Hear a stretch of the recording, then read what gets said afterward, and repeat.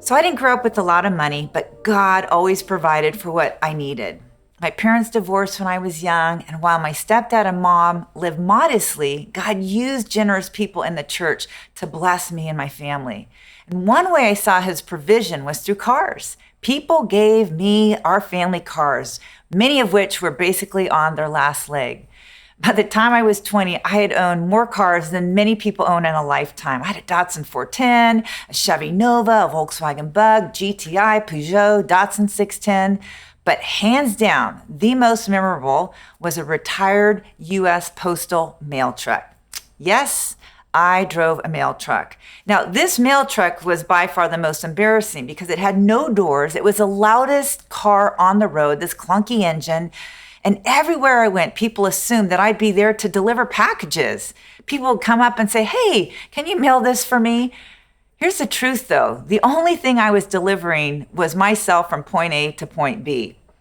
But I think sometimes as Christians, we feel the same way. People expect us to deliver so much wisdom, encouragement, solutions, prayers, leadership. And we often feel unequipped to give what people are asking us. We may even feel like we're just barely making it ourselves from one responsibility to the next. Life is full, raising kids, leading in ministry, caring for loved ones, managing work, balancing all of our personal struggles. And it sometimes just feels like the mail never stops. And sometimes we're just surviving life instead of delivering what matters most.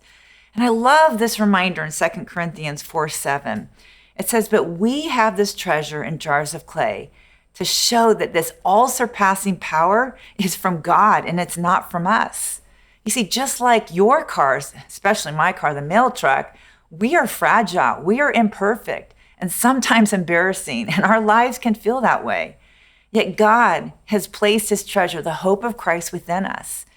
And there's encouragement that God never asks us to deliver what we don't have. He just has entrusted us with something far more valuable than we realize through our relationship with Jesus Christ.